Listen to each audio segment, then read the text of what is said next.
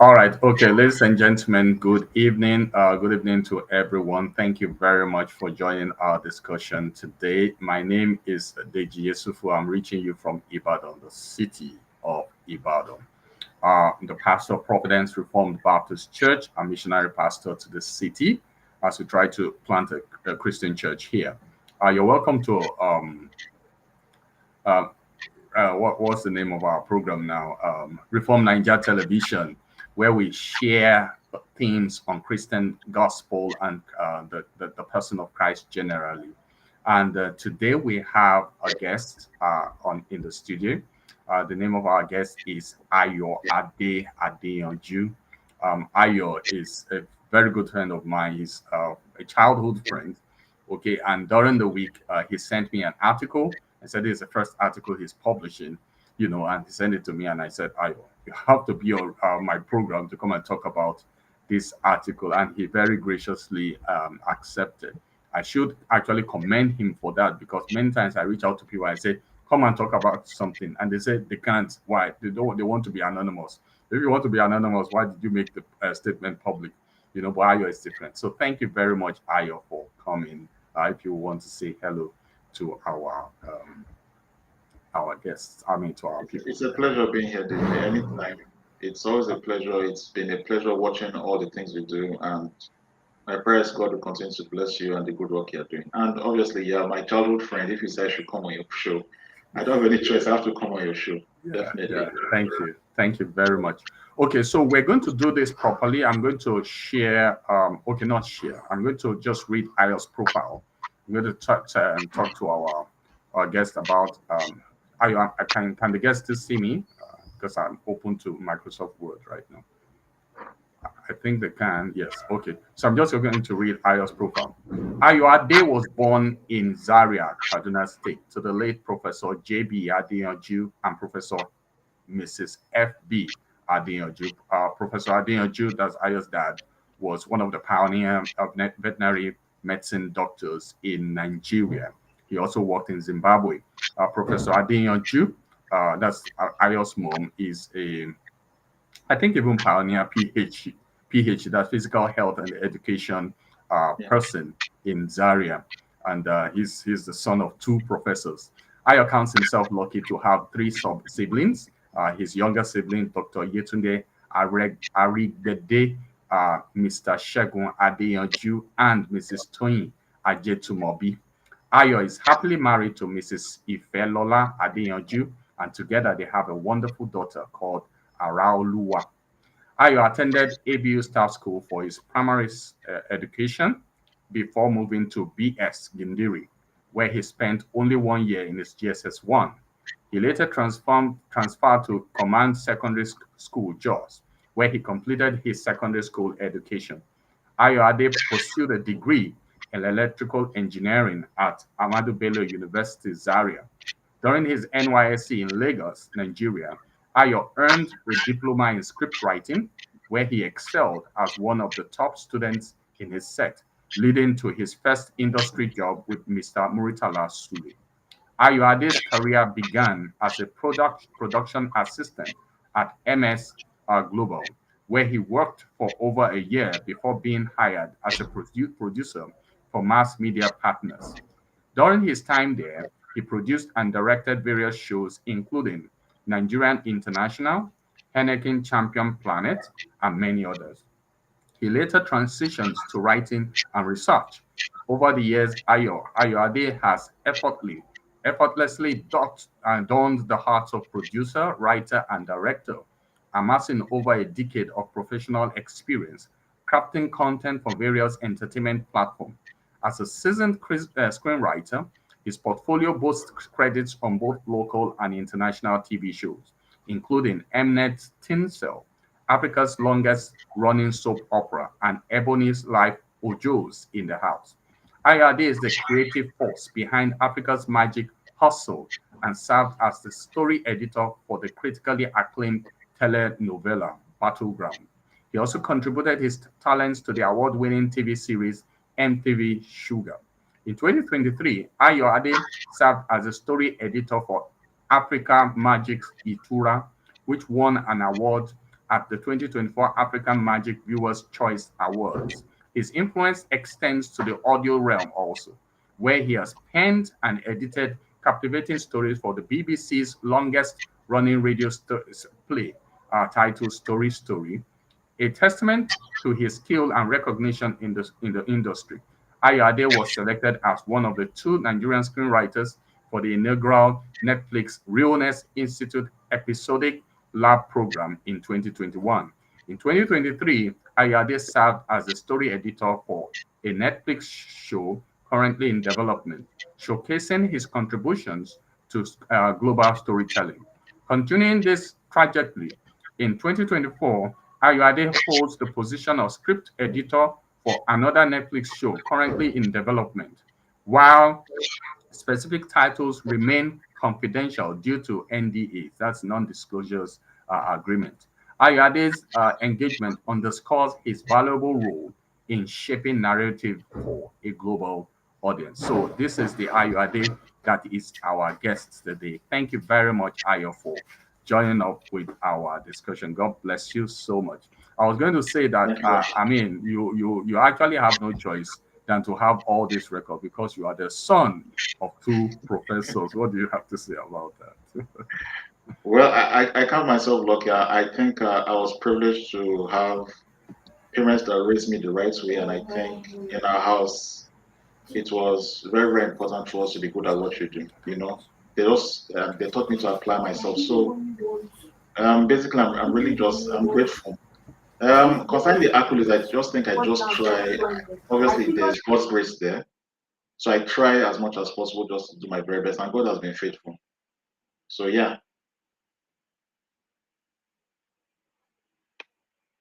All right. Okay. Thank you very much for that. Now we're going to go to a very important question, and this is how we're going to start our program. Ayo, can you tell us how you met our Lord Jesus Christ? Very briefly, how did you become a Christian? Very briefly. Okay, I think like when they ask that question, I think it's a very complicated question. Yes. So if it's in terms of Christ, sorry, please hold on, excuse me.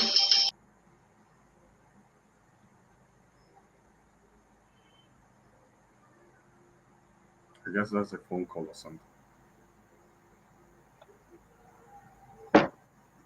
So are you there? Can you hear me? Yes, I'm here. So I think when I was in JSS1, I think that was the first time I ever answered to an altar call. So if you ask me when did I meet Christ, yes. But it's complicated because I feel that who I was then and the idea of giving my life to Christ as a JSS1 student when I was just like 11, 12 years old is going to be different from who I am now as a man and dedicating my life to Christ. So sometimes when people ask me, how do I meet Christ? I feel that every morning when I wake up, I meet Christ. I give my life to Christ every day. It's like a daily commitment. The idea of carrying your cross every day, you Yes. know. So I always feel that, and by the time you go through life and you see that every day, that's why Jesus Christ said that, do not worry about tomorrow, but just every day has its own wahala, Yes. to paraphrase it. So I just feel that every day, if you think about the past sometimes and you're saying, I gave my life to Christ, so and so, there's ego involved because it's like you're amassing the amount of years in which I've been a Christian. Exactly. So I can't focus on the past. I can't think about the future, that this is the kind of person I'm going to be in the future, because that's where pride is, because it might mean I'm focusing on my own abilities. So all I focus on is today, because it's only today I know there is, by God's grace. There'll be Yeah. tomorrow, but today is the day I know I'm serving Christ. I've dedicated my life to Christ. When tomorrow comes again, we'll deal with it. Yeah, thank you. Thank you for that perspective. I always look at people and they say that I gave my life to Christ on the 23rd of October, 1976. And I'm just looking at these people because the truth of the matter is that the Lord manifests himself to people in different ways. You understand? And this one is probably one other way that I probably have not even seen before. And I always try to ask people to tell us how they met the Lord because it may help some another person to appreciate how to meet the Lord, or maybe they may have met the Lord, but they didn't even know. But by hearing the testimony of another person, they're encouraged to know that now they are affirming our faith in the Lord. So thank you very much.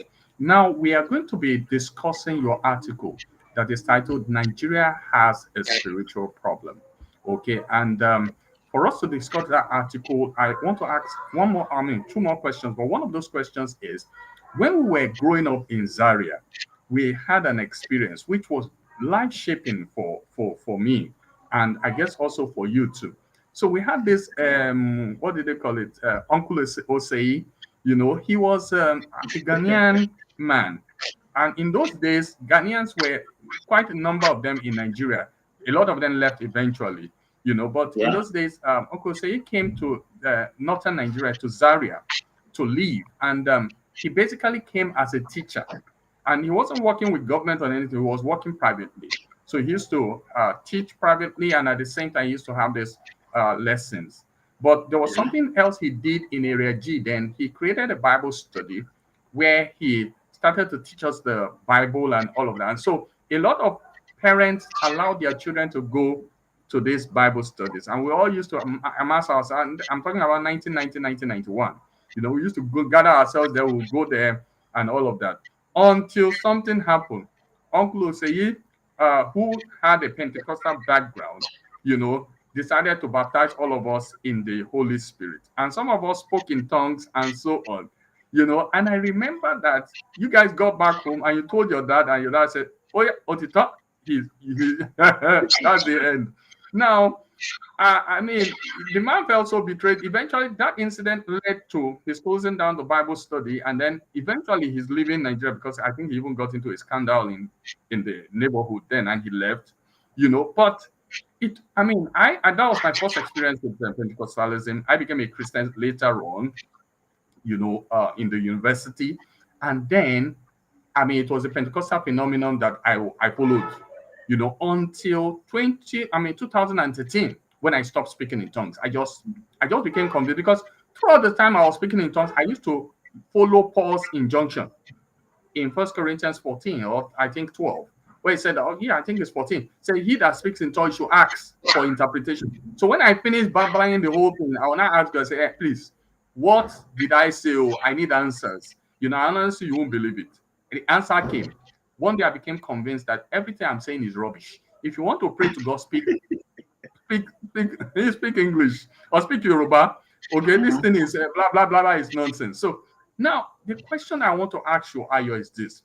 What did Professor Adeyanju see then that he stopped you guys? What was the influence? He stopped you people from coming to the Sunday school then, and stopping that Pentecostal in this thing. So over to you, please. Before we go to your article. Yeah.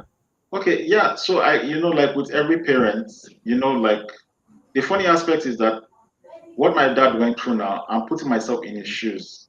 And I'm asking myself, will I do the same thing? I definitely will do the same thing. My daughter is not going anywhere where they're laying hands and trying to at that age, That's right.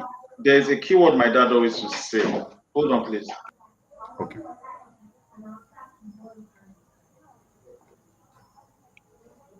So there's a sorry about that. There's a phrase my dad always used to say. He always used to talk about Guyana tragedies. If you have heard about Guyana tragedies, it's about a pastor that took some people. I think they even had their own island and all that. By the end of it all, the pastor convinced them after a while to commit suicide. Yeah. You understand? So my dad was always afraid of extremism when it comes to religion, especially when it gets out of hand. So that's what he was scared of.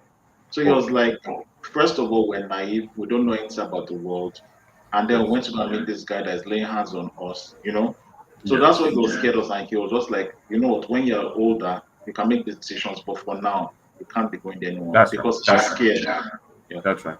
My children went for a retreat this holidays, and they came back and they were saying that one of my sons spoke in tongues. I just looked at it.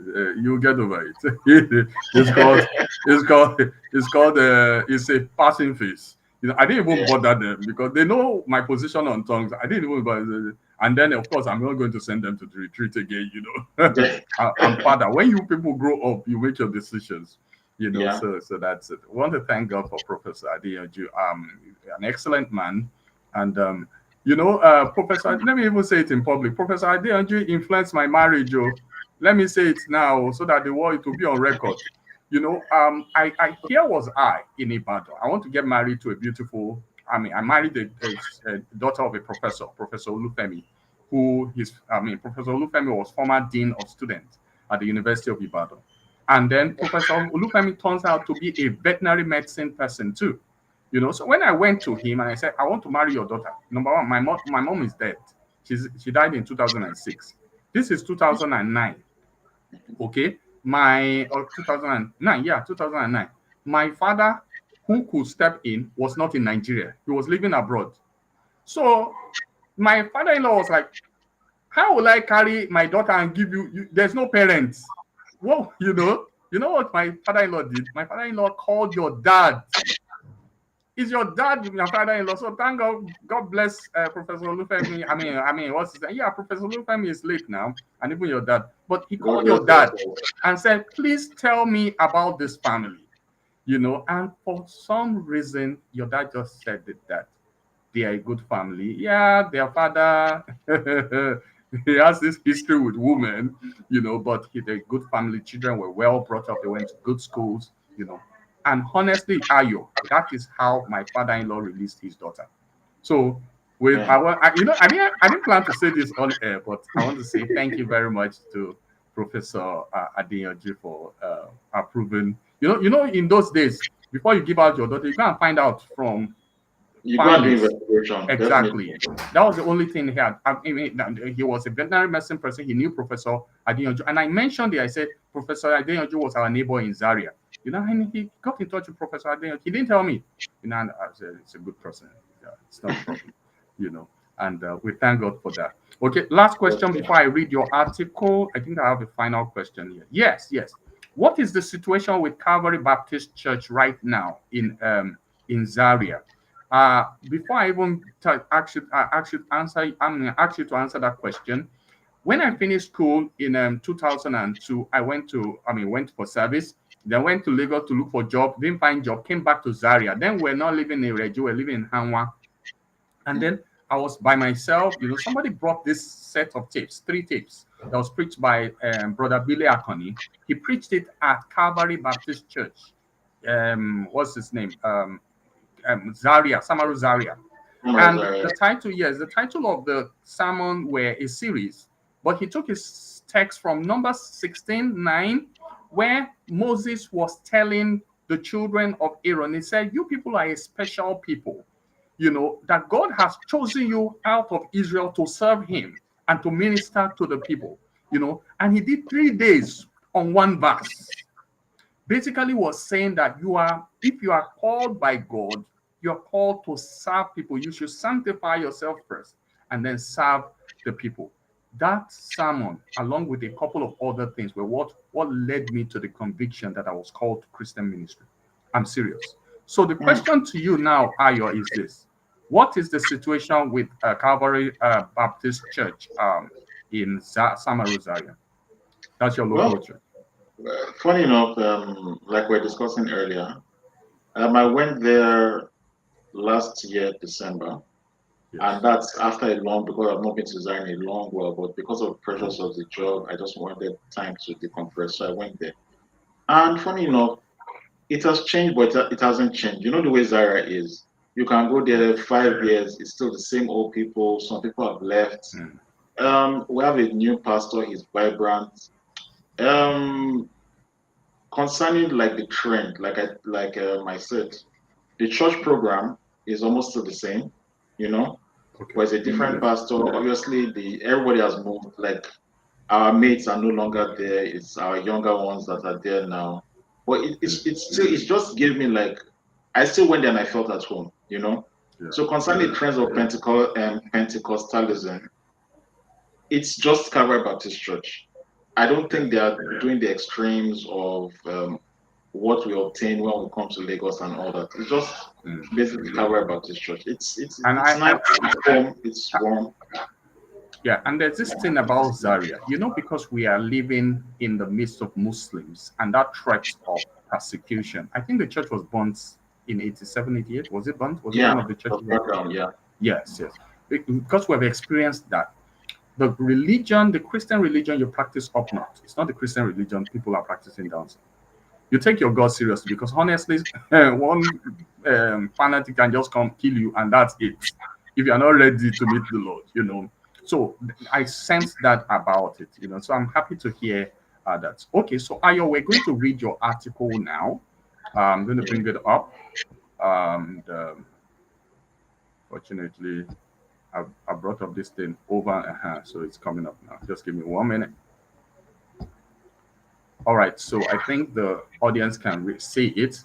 That's the article. I'm going to read it. It's just a 5 minutes read, so I'll read it very quickly.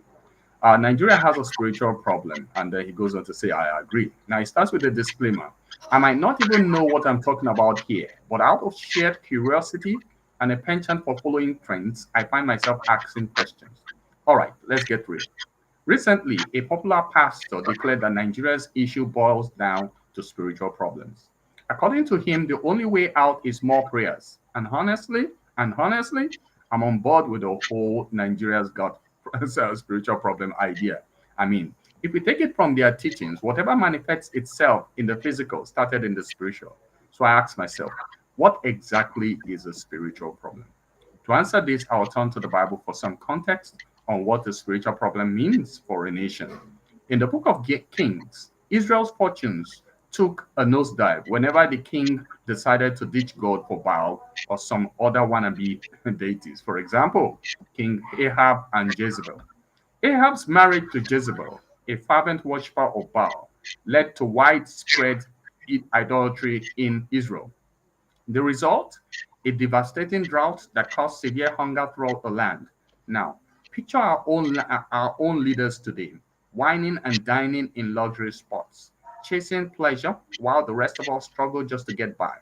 Our preachers are jet setting in a private jets and flaunting the latest designer gear, while many Nigerians are left hungry. I know this all too well because my own stomach rumbles so loudly these days that I have to visit the hospital. My usual cheerful doctor impatiently confirmed that my mood swings and the loud growls in my stomach were due to hunger. I readily believed him because I easily recognized the source of his own mood swing and the frown on his face. It was hunger. But how did these kings turn to worship false gods? There were spiritual leaders who provided that option. Without Baal worshippers and the prophet of Baal, there would have been no one to mislead the king. Fast forward to Nigeria, and our spiritual leaders seem more interested in flaunting their latest bling than in saving souls. If following their teachings feels like we're just chasing after money rather than God, maybe we've got our own version of Baal right here, complete with flashy cars and private jets. Granted, some of the kings had prophets who worshiped the God of Israel, but when the king turned to Baal, these prophets often found themselves in serious trouble. Take Elijah, for instance. When he confronted King Ahab and Queen Jezebel over their Baal worship, Jezebel was so enraged that she threatened to have him killed. Elijah had to make a hasty escape, running for his life to Mount Horeb. Talk about a long distance runner. If I were a prophet living the soft life, I would probably keep quiet to avoid such drama. And since I'm no Eliud Kipchoge, that is a Kenyan runner, long distance runner. If I were to open a church and decide to attend, you will be on your own. Now it goes to another topic, subtopic. Is the pastor admitting responsibility? When the pastor says Nigeria's problem is spiritual, is he admitting responsibility for the issues Nigeria faces, either by leading our leaders to Baal or by remaining silent and not correcting them? I'm waiting for an answer. While I wait, another question comes to mind. If prayer alone was the answer, Nigeria would already be a paradise. We'll be showing Wakanda how it's done. Or, like Niger people would say, Wakanda will be learning from us. Instead, we seem to be drowning in a sea of unanswered prayers. Are Nigerians not praying enough, or do we just not know how to pray? Here's a quick history check. When Nigeria gained independence in 1960, the value of the naira was roughly 2 naira to $1. Back then, Nigeria was a different place. I'm not sure that our heroes like Nnamdi Azikiwe, Obafemi Awolowo, and Ahmadu Bello Bolo fought for our independence through prayer, fasting, and sleeping in church. Our colonizers didn't lead leave because any of our independence fighters kabashed all night and disturbed the peace. They left because of political and economic pressures. Let's not forget to thank the mosquitoes also. Let's all appreciate them and maybe stop using insecticide at least 1 month to say, at least for a month, so they can have their own little party. Still, the colonizers left. Fast forward to the explosion of prosperity preaching in the 1990s, and the naira was around 22 naira to $1.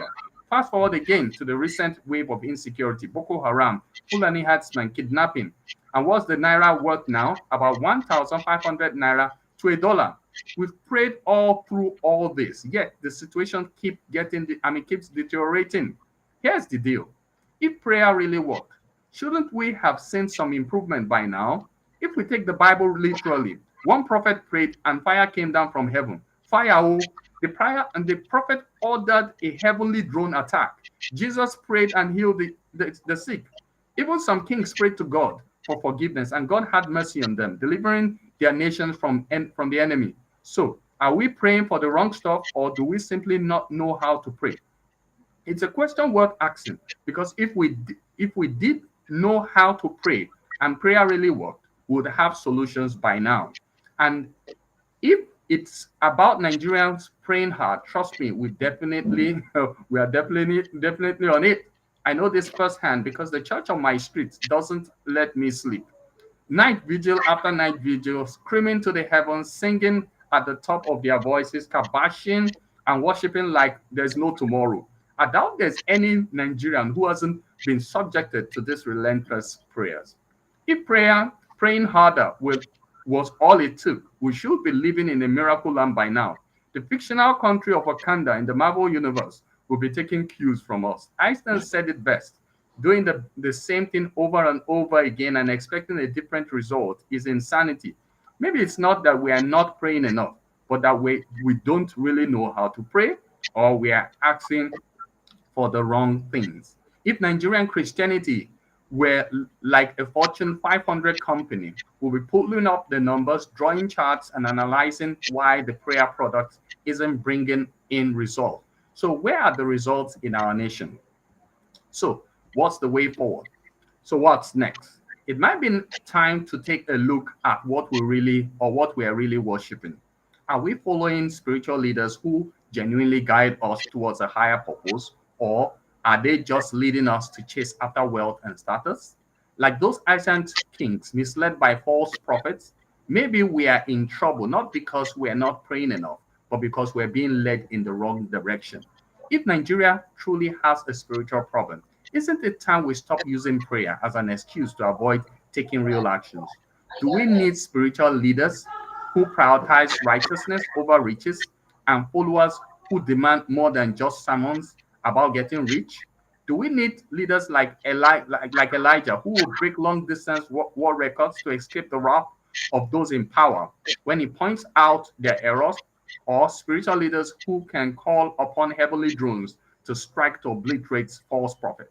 Maybe it's time to get back to basics, faith and action, with a clear vision of what truly matters. Because let's face it, the last thing we need is to keep praying ourselves into another decade of chaos. The dollar to naira is now 1,000. I mean, $1 to 1,005. Aya, thank you so much for that article. I want to stop sharing this. Thank you so much for that article. Let me just ask, before I ask the 4 questions I have in mind, what led you to write this article? Just tell our viewers what led you to write it. I think like as the article says, ever since when we're growing up and all that, it's been the same problems. I'm sure my dad and your dad, when they were talking about, they'll sit down, they'll complain about false castle, they'll complain about everything. It's always Yeah. been there. And then even as spiritual leaders at that time, what they were asking us to do, to pray. But I think what forced me to write this article was when Bishop Adeboye came out on national TV and was saying that Nigeria has spiritual problems and we should pray. And I'm looking at this man because you're supposed to be a spiritual leader in this Yeah. Nigeria. Yeah. And I know that we look up to you. I feel to me, even before the president, is a spiritual leader. This is the person that's supposed to point the president in the right direction he's going to go. Yeah. And he just looks helpless there. We did we just finished a march to protest against the hardship in the country. Yeah. He did not come out. After the whole protest has happened, they sent us home. We shouldn't complain again. The man came. There was a march by Redeemed People, and they turned out en masse. If that same crowd Yeah. came out for that protest, I'm sure that the demands that we have been asking for would have changed. Oh, So definitely. I'm just puzzled as to what the silence is about, you know. So I'm just like, I don't really think at this point I agree with him. And funny enough, when I wrote that article, the scandal about his son collecting how many billions of naira from Kaduna State government contracts Mm. Wow. to repair a road had not yet come out. So the son collected money from Kaduna State government, billions to do how many kilometers of road, and he did Wow. not say complete the contract. And then they were now saying that he was going to court to tell people to cease and desist about it. So me, I'm just wondering that it's like they are playing a game. We're in a game that we don't even understand the rules. Yeah. Yeah. And that is what made me to ask these questions because I feel that as a spiritual leader, that's what I understand a spiritual the responsibility of a spiritual leader. Understand to be one thing, but I'm not saying it in this man and some other people. Yeah. So that is what You, made me. So it was like I was just venting when I wrote the article. yeah. I'm thankful to you that you connected Baal worship to the prosperity gospel because I saw this thing a long time ago, and it was in Zaria. I became convinced that Baal worship of the prosperity gospel. Before Yeah. this Abel Damina thing even came, I became convinced of it. In fact, when I read the story of Jeroboam, the Bible says the king Jeroboam, the first king of Israel, the Bible keeps saying that every other king committed the same sin that Jeroboam did. I have a note that I wrote in Zaria then, before Facebook. I used to write these private notes. I said, Benson Idahosa is the King Jeroboam of Pentecostalism. And all of them are following in his example. They are doing everything. The same When template. we're in Zaria, my late mom, before she traveled to America, she showed me there was a day Idahosa came on. My mom was Roman Catholic. Idahosa came on television and he was preaching. And my mom said, these people are the ones destroying this country. And I mean, the way she said it, and I somehow that statement stuck because my mom left when I was 11 years old, and she made this statement when I was about 7 or 8. But that statement stuck, and I just kept it somewhere. Of course, when we joined the Pentecostal thing, the also were the one where, but eventually, I was reading scripture and I saw it. Benson Idahosa is Nigeria's Jeroboam, and all of them, all the nonsense they're doing today, they are all following in his path. But I don't want to debate this, except you all have a comment. I want to look at a comment you made in the article. It says this: I know this all too well because my own stomach rumbles so loudly these days that I had to visit the hospital. My usual cheerful doctor impatiently confirmed that my mood swings and the loud growl in my stomach was due to hunger. I readily believed him because I easily recognized the source of his own mood swings and the frown of his face. It was hunger. So that's the doctor. Please, can you tell us about the situation with Nigeria and the economic situation, or what you think about it, and how do you think we can weather it? Well, I'm not an economist, and like I keep on saying, I come into everything with curiosity, even the spiritual. Even this article, you saw I was asking questions. I was Yes. not preferring solutions, but I was just asking questions for us to be able to think, to think our way out of it. Hmm. Like I said, DJ, when we're growing up, you know the state of the country. The same problems our parents are talking about are the same problems now. I have a daughter, you have kids. We are still talking about. We're still Yes. talking about capacity. We're still talking about choosing the petrol station. We're still talking about the weak currency we have compared to the dollar. And the trend it keeps on because like every year from the time we were kids up till now, inflation has been rising. It's because of inflation that now a Or a naira is dollar is to one five. to there was a contract I took last year, and the contract, the dollar, naira to a dollar was 1 naira to 750 naira last year. And Mm. within 6 months, the naira was now 1,500. Hmm. So, how was one complete that contract? It's not possible. Because what's happening now is that they give you money, but just because of economic situations, you already signed contract. The value of money you now need to complete that project has been halved. Yes. That's the economic situation. And the problem now is like if you go around before in Lagos, I can remember if you go to Zaria, there are all these Alemajes they used to beg. It's like a career for them, you know. Yes. But at least I know in the north they've been trying to clean that up. Okay. But now in Lagos, there are times when I go to workouts. Before there were years I used to go to workout. Nobody used to beg me, nothing. Yeah. But these Yeah. days, when I'm just jogging on the road, it's almost like it's no more a question of they're begging you, say I don't have, and they let you go. They Yes. beg you and they keep on following you. And just it's going to get to a stage where the insecurity increase. Not just all this not it's not all this not normal kidnapping and all that kind of stuff. Yes. People just stealing just to be able to feed.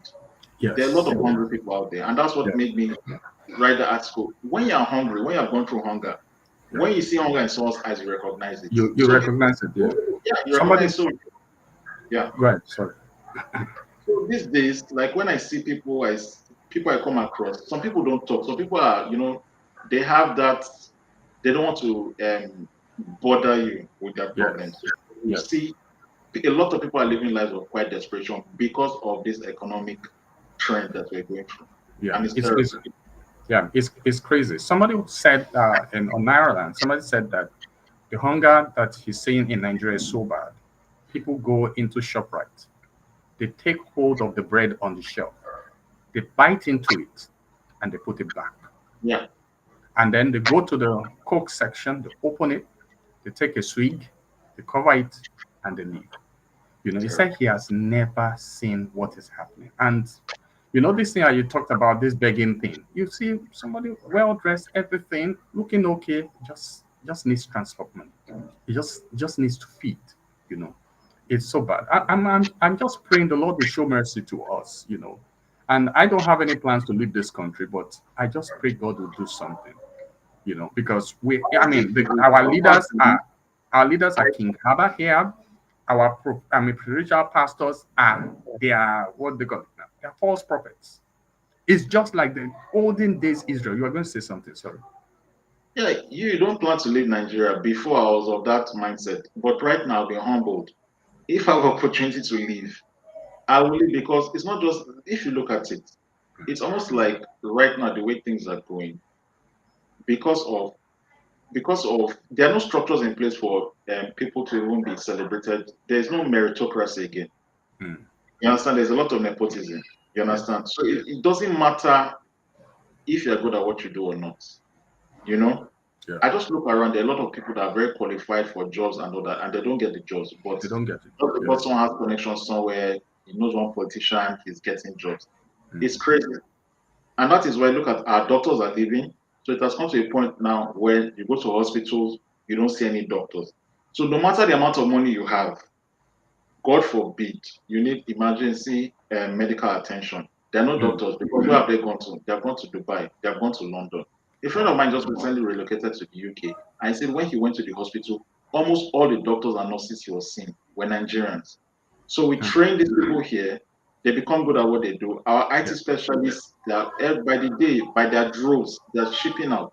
So Mm, it's not just a matter of like there's hunger in the land, but there's also lack of doctors in the land, lack mm, of professionals in the land. So that even if you have all the money in the world to make yourself comfortable in Nigeria, the yes. basic amenities to make sure that you live a meaningful life here is scarce, except we turn things around. And it has I, to happen fast. I agree with you. I agree. Nobody can convince anybody to stay in Nigeria. And whoever wants to jackpot has to jackpot.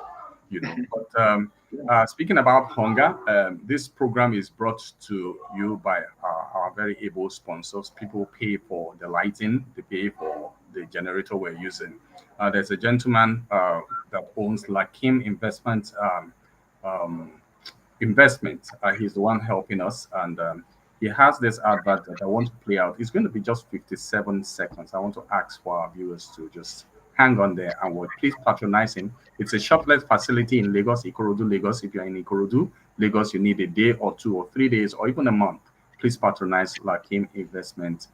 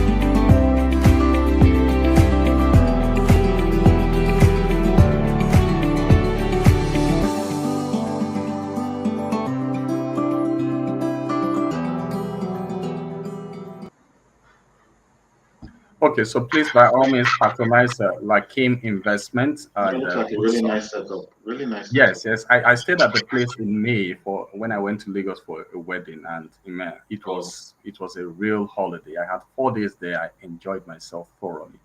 wow. Ayo, I want to have, I mean, this is the second question I want to take from your article, but it's following this quote.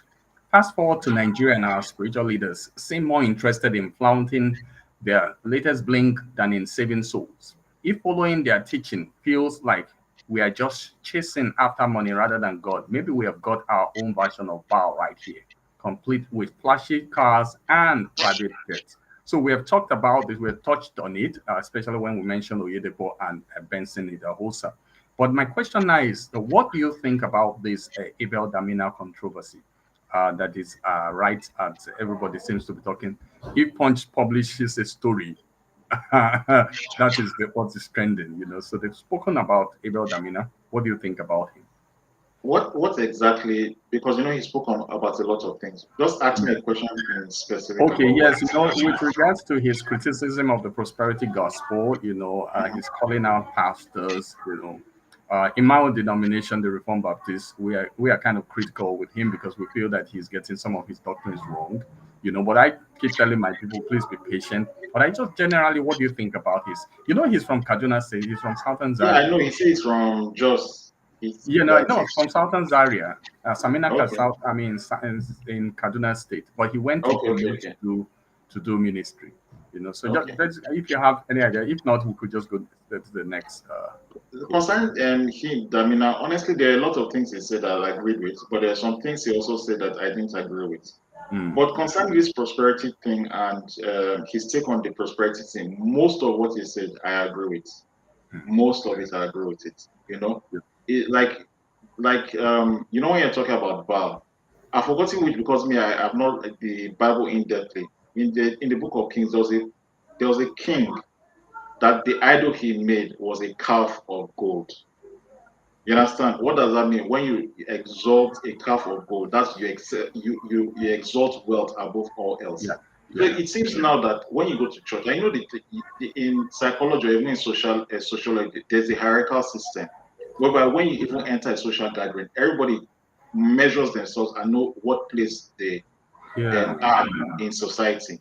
But you see, in church, it's almost like I can never forget when I went to one of these churches one day, and they called a guest minister. And when the guest minister came out, he preached, or she preached, and said, she wants the special people of God, people that can contribute, donate 1 million naira to stand up and come out and pledge. And I Yeah. was just looking, and then she prayed for those ones specially. And then she now said those with 500,000 come out, pray for them specially until she now reduced. And then with the mere mortals that we couldn't contribute that one, we just stayed in the You didn't get any prayer. Did you get prayer? Did you? no, you stay there now, they'll pray for you where you're standing. You stay there. And I just felt some type of way about it because even in church, you find that like the more money you have or the more money you're ready to give, Yes. the Respect. more respect is accrued to you by even the man of God. And I don't think it's supposed to be so. That's right. That means the more money I have, I can even sway his decision making in some particular things. And I feel that a man of God is supposed to look beyond that. Yeah. But I was grateful because the real pastor of the church came and said that all the money that was contributed was going to go to that guest minister to take, that they're not going to partake in that offering. So you see that Wow. it's a balancing. There are some pastors that still know that this thing is wrong and they won't do it, Yeah. And Yeah. then, like, I can remember when I just finished university that time. I came to Lagos, and my auntie took me to one church. Bro, it was night vigil. Oh. We went there, and the pastor, his preaching was he dreamt that God showed him he was going to build a house with Yes. orchard and peach and what's the name of that one fruit like that, one of these Yankee fruits with Okay. cars. And he was like, because God has said that, two other night vigil were held hostage to be Okay. contributing. So Oh, he will preach, and then tell us to contribute. God will give us money, God will give us money, and then they'll contribute. When they check it, when the money has not reached anywhere, he'll come back, preach again, saying you're not giving. And I was just like, it throughout was the almost night like vigil. Throughout the throughout the night night vigil. vigil. throughout the night vigil. That was the last time I ever went to that church. That's Like that's we're not really getting anymore. even if So I, that's turning in his grave to hear such a thing. I so I'm just like a lot of things is said concerning tithes when your priority is about collecting. Give me, give yeah me, give me. Now the yeah problem is that there are some churches you contribute money, you build schools. The mm. school that you have contributed money to build, Your children can't go there. people in that you cannot afford, and there is no sort of scholarship given. Yeah There's something wrapped about it.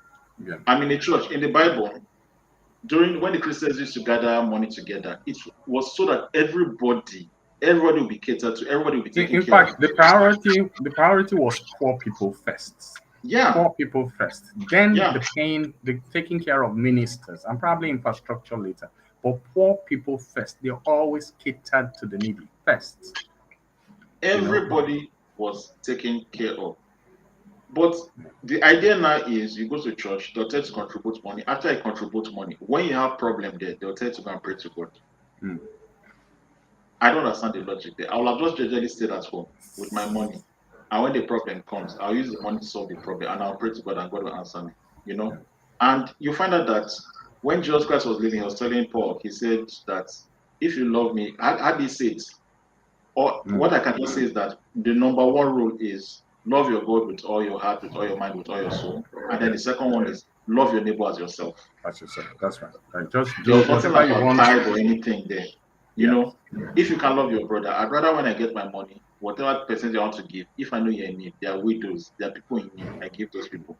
Yeah. Not a pastor that will be getting around that will use my money to go and buy bread. Yeah. Well, since I am in the ministry now, and I know what it means for people to contribute to ministry. Usually, the idea really is this: that, for example, in Ibadan, where we're trying to plant Providence Reformed Baptist Church at the University of Ibadan, the idea really is we are trying to help people to appreciate the gospel, to appreciate Jesus, because there are lots of people who are very nominal Christians out there. I want them to understand the gospel. And then I know personally that when the Lord grabs a people's hearts, the Bible says, where your heart is, that's where your treasure will go. That's where your treasure When is, yeah. Yes, when the Lord grabs a people's heart and they know him, they love him, they will begin to put their treasures with him. And who is the person closest to the Lord? The person who is doing the work. So in Providence Reformed Baptist Church, we don't collect tithes. We don't collect offerings. Because already I work with government and I'm wealthy. I'm very, very senior person in government, all the institution. Very well paid. So I don't need anything. In fact, I am the one that is even helping people in church. You know. However, I know that the time will come when the church would have grown bigger. And we'll have, by that time, hopefully, we'll have people whose hearts have been won to the gospel. Then they will give to the church. And then out of it, we will take a first priority, the poor, the needy, you know. Then we will employ a minister. Okay, we must get a minister. And then we begin to look at church infrastructure and all of that. Things like church building, those are long-term goals. The immediate thing really is to get people to appreciate the gospel. And when their hearts are with the Lord, they will give the Lord their treasures. Okay. You Shall we, know, I mean, in addition to that, what you're saying, yes. I believe that there are different people I listen to. I listen to a psychologist that says that what it means to serve God, that God wants you to aim up, God wants you to improve your life. I Mm, believe that when a church enters a particular environment and touch the life of people, yes. and these people are because I believe that when you improve, your surroundings around you will improve. If someone Yes. becomes born again, his family feels better. He begins to take on responsibility to take care of the people around him better. So Yes. you see that in a knock-on effect, when people around that see the effects of what Christ is doing in someone, they'll definitely want to contribute to that kind Oh, of yes. cause Oh, yes. because it's like the society is improving. So Yes. I Oh, understand where you're coming from, the fact that when your heart is with God, you understand. yes. Yes. I think we need to just boil it down to the simple basics whereby when you serve God, that's where your treasure will be. But before your treasure is there, they will Mhm. see the effects in the society. Yes. Yes. Yeah. Yes. Yes, and even you'll be surprised. The society will come together and say, "This we recognize this a local church where God's hand is there," and they begin to Yeah, even give it priority and to support it. yeah, You wrote in your definitely. article, and if it's about Nigerians praying hard, trust me, we are definitely on it. I know this firsthand because the church on my street doesn't let me sleep. Night vigil after night vigil, screaming to the heavens, singing at the top of their voices, kabashing, and worshiping like there's no tomorrow. I doubt there's any Nigerian who hasn't been subjected to this relentless prayer. If praying harder was all it took, we should be living in a miracle land by now. So I don't know whether you can tell us more about this prayer phenomenon. What do you think about this matter of churches in almost every corner of our country? To me, it's just like you're saying there's church in every corner in our country. Yes. Meanwhile, look at the values of like our youth, or not let me just say our youth, all of us in the Yes. society. Mm. It's terrible because to me, if churches were really effective, we're not supposed to be where we are now. Do you understand? Yes. People are still corrupt. There's no place you enter. People are not even like sometimes it's simple things like you go to your place of work and you're supposed to be competent at what you do because Yeah. that's an act of worship. Mm-hmm. People don't do Mm-hmm. that any longer. Everywhere, any establishment, most establishments here, I can't say all establishments, Yeah. but you find out that there are some quite, at least more often than not, you enter establishments and there's always one comma, there's always one person that's not ready to work very well. It's Yeah. like everything here is like it's frustration. Everywhere is frustration, just incompetence alone. Yeah. So if what's the use of there being churches all around and then this prayer, I kid you not, there's a church on my street. I can remember when I went to, let's even leave the church on my street. When I worked in Abuja for years, a creative director for a company, media company. Mm. The house I was staying before I got my permanent accommodation, there were a group of boys that were like maybe 4, 5 boys that were next to us. All this face me, I face you. Okay. Every night they'll be shouting, they'll be praying. Every night they won't allow me sleep. And I was like, if I'm not born again, I will Yeah. never want to go to church because Oh. I despise those guys. And when I went to go and tell them about church, when I went to tell them that they were disturbing my sleep, my peace, they just felt that I should understand because they're praying. You understand? So that's to me, if the amount of churches, the amount of numerous churches around now, if they were really effective, Nigeria is not supposed to be where it is now. That's simply what I was saying in the article.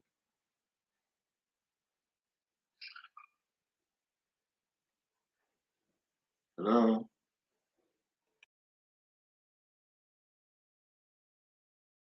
I'm sorry, Ayo, to attend to my son. He was trying to get my attention. I'm so No sorry. problem. No Yeah, let me problem. just go straight to the last comment because we're drawing very close to the end of the program. Usually, don't want to spend more than Okay. an hour. You Okay. wrote here, if Nigeria truly has a spiritual problem, isn't it time we stop using prayer as an excuse to avoid taking real actions? Do we need spiritual leaders who prioritize righteousness over riches and followers who demand more than just sermons about getting rich? Do we need leaders like Elijah who would break long distance world records to escape the wrath of those in power when he points out their errors, or spiritual leaders who can call upon heavily drone strikes to obliterate false prophet? Maybe it's time to get back to basics, faith and action, with a clear vision of what truly matters. Because let's face it, the last thing we need is to keep praying ourselves into another decade of chaos. The dollar to naira rate is now $1 to 1,500 naira. So the question that I really want to ask, if you wouldn't mind giving us some very practical tips, because here by the mercies of God, you're a child of two professors, and you didn't go into the academics. I know your younger sister went into the academics, so you didn't go into the academics. You went into the real world, creative world. I mean, your battle through this whole ups and downs of entrepreneurship life, is what you do that produces your money and all of that. Ayo, can you tell our young people out there how can they survive Nigeria? What can they do to survive this country? I think first of all, most importantly, you need to take responsibility for your life. Mm. There is nobody anywhere coming to save you. Nobody. You need to take responsibility for your life. Don't be waiting for any government anywhere. You Yeah. understand? And I think when I'm saying take responsibility, I believe that the young people, these are young people of our generation now. When you learn to take responsibility of your life, you learn to take responsibility for a family, then you can take responsibility of the government and of the whole Mm. nation as a whole. You understand? There's nothing like prayer. If I'm given a project, right, to Yes. shoot so and so amount of episodes or write 260 episodes, no matter how I face the heavens and pray, if I don't sit down on my laptop and write those scripts, It won't I'm complete. not going to, yeah, the project won't be executed. I'll meet my deadlines and I'm not going to get paid. And if I don't get paid, I'm not going to eat. That's it. I'm able to take care for my family. It's Yeah. simple. There has to be a bridge between praying and actions. And I feel that actions, that's what people love exercising faith when it's time to pray and do night vigils, but they don't like exercising faith when it comes to the working out of your miracles. Hmm. You Hmm. understand? There are a lot of unbelievers. All the people that are the billionaires of the world are recognized to be the richest people in the world. They don't say they believe in God, but they Exactly. still have this wealth. Yeah. So you find out that it's not just about their principles in this world, like there's gravity. In the Bible, Jesus Christ says there's a passage in the Bible that says to who that the rich will be getting richer and the poor will be getting poorer. If you break that thing down to it, falls down to Pareto's principle, the 80-20 rule. You Yeah. understand? Yeah. If no matter where you are in life, no matter how bad it is, the way God has done it, they'll say if you have faith as small as a mustard seed, you just need to take a small action. When you Yeah. take that small actions to improve your life, just start with what you have around you. You find out that things will be improving. And with time, everything either increases or decreases exponentially.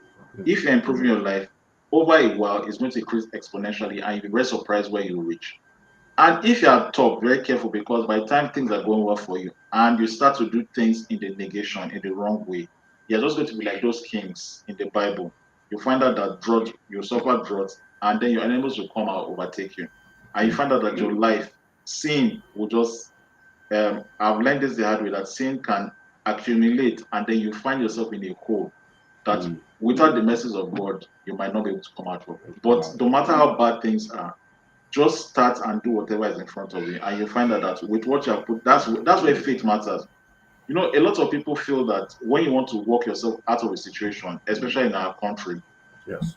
you need to do something big. But faith is actually just whatever small thing you have with you, Yeah. do it and see where it takes you, and you see how your life will improve. Yeah. Yeah. Yeah. So I I think agree with that's you basically completely. it. Yeah, I agree with you completely. I have an article in my book. By the way, I the author of the book, Humanity. You can get a That's copy. good. You can get a copy from Amazon. You can also Oh, get in touch with me. We can get copies over to you. There are copies in Lagos for people who need copies. Then we have copies no here in problem. Nevada. And in the book, I talked about there's this article that I always like to get people to read. How no, okay, it's not how Nigeria. I'm trying to see it now. Um, I think it's I can't look at it. There's an article I was talking about how our young people can, survive this Nigerian situation. And basically what I was just saying is, look, sense of responsibility. Do whatever little thing you're doing, do it very well. There's an institution, Ayo, there's an institution that I have. It's not, don't want to boast, but I have almost single handedly created. And this is an institution that is going to lead to creation of jobs and almost change the total. But when we started it, I knew where it could go to, and I took it very seriously. We use Zoom to link up to big people all over the world. And we've been doing meetings for over a year. We will see Hmm. the fruit of it here in October. Hopefully, I'll be able to get the gentleman to come and talk about it on RNTV, you know. But I Oh, that's saw really where this nice. thing could go to, and I said, and of course, being somebody who had helped to build it up, I am also going to be one of the first partakers of it. But if one is not faithful with a little, how will you be entrusted with more? Yeah. So that's one of the things. And then our young people should eschew this whole get rich quick syndrome. Should stop it. Go, one of the things, I mean, you should have realized it. Those of you who are in private business, you should have realized that God is a father. And the same way your father is thinking of your school fees, the clothes you wear, and things like that, that's the same way God is also planning things for you. He has planned that you'll be in a place for now. You know, don't be hoping and praying that, let me go somewhere else. Be faithful where you are. Before you know it, the Lord will open doors and you go somewhere else. You that you are staying in face me and face you, should be just talk to us about say, Omo professor, staying in face me and face you. But you know what you came to Lagos to come and do now. Adieu, my younger brother, you know, when he took me to the place where he first lived in Lagos. Ayo, do you know this shelf? Put this shelf, make it into a square. The length this way. We both of us couldn't sleep in the same room that night. I had to sleep there. He went to sleep somewhere else. That was where Adio was staying for many years. Adio is a big boy now. I know, My I brother know has now. like some 4 cars. But I know. that was how he Yes, now. started. You understand? So, but if he We've was all thinking, come a long way. We've I all come a mean, long way. things like that. So this get rich quick syndrome, people must stop it. God is very faithful. He's the father of all creation. He, he the person that feeds the birds of the air would ensure that the creatures that are created in his own image will ensure they are provided for. I want to Yeah. thank you very much for coming to RNTV. You have a comment before we close? No, I think you have nailed it on the head. I just want to say, like you're saying, we'll all come a long way. I'm glad for where God has brought me to. But I've realized that this thing you're talking about, chasing riches, you can't find happiness in those things. Hmm. That's why I see there are a lot of rich people, they're depressed, they commit suicide. Why? Yeah. Because they've chased these riches for so long, they're thinking that by the time they finally arrive or they finally hammer, They'll be that they'll okay. be happy. But they now find out that they are not still happy and then they're left with hopelessness. So it's a Yeah. trap. And it's a trap that is being pushed in society. And some might have sitting in the church. So once you know that riches is not the game, I'm not me, I like money a lot. I like money, I like making money, I'm enjoying my money. But at the Yeah. same time, I know that I can't find happiness in riches. Yeah. So once young people know that you can make money, but you can't find happiness there, I think it's even in the pursuing, it's the person you become when making that money that matters more. Yeah. Yeah. Yeah. Yeah. Yeah. Yeah. Thank you very much, Ayo, for joining Yeah. us Thank with you so much RNTV. for being here. I hope that when next we call upon you, you'll be able to come and help us to fill up the space. Reform Niger Definitely. Television, we discuss on religion essentially, but we also think that righteousness can exalt our nation. So we want to use religion to better the lot of other people. We were on break for so long. We were actually restored back through the Abel Damina controversy. And Okay. the position that my local church I take and my local church takes is that Abel Damina is not teaching. I mean, Abel Damina is pointing fingers on some very silent issues on religion in Nigeria, but he has so many doctrines he's getting wrong. And so, because I of agree. that, we have changed focus for our teachings now, and we're looking at some core doctrines of the Bible. We started with the doctrine of God, and under the doctrine of God, we are now looking at the revelation of God, starting from the beginning. We saw the revelation of God in Adam last week. Next week, by the grace of God, we're going to see the revelation of God in Abraham. Okay, and then we'll go on to the revelation of God in Moses, in Jesus, and in the apostles. That way, we want people to appreciate who God is, and hopefully, by knowing God, they can come to saving knowledge. And we also want to use the opportunity to encourage people to go to church tomorrow. Tomorrow is Sunday. Please go and gather with God's people, worship the risen Christ, and so on. Thank you again, Ayo, for being our guest. My shout No out problem. to your mom. I suspect you probably get to see this video, and to your lovely, your siblings. Where's Shegun now? She's the only one I don't know. Shegun Where's is in Shegun? Zaire. He's an accountant in Zaire. Oh, he's in. Oh, wow, wow, that's excellent. So, Shegun, shout out to you. I'm sure they're all grown up. Shegun and Tony, they were so small, small, so winning, small. But Forget now, so all of them are organs and madams now at their place. they're all grown up now. So, God bless them. Thank you so much. And Yeah, shout thank out you to for having everyone. me. Thank you very much. Please, we'll Reform Nigeria Television. We try to make it a date every Saturday, 7 p.m. we're here Okay. either with a guest or we're teaching a doctrine. Thank you. Thank you for joining up, and God bless you.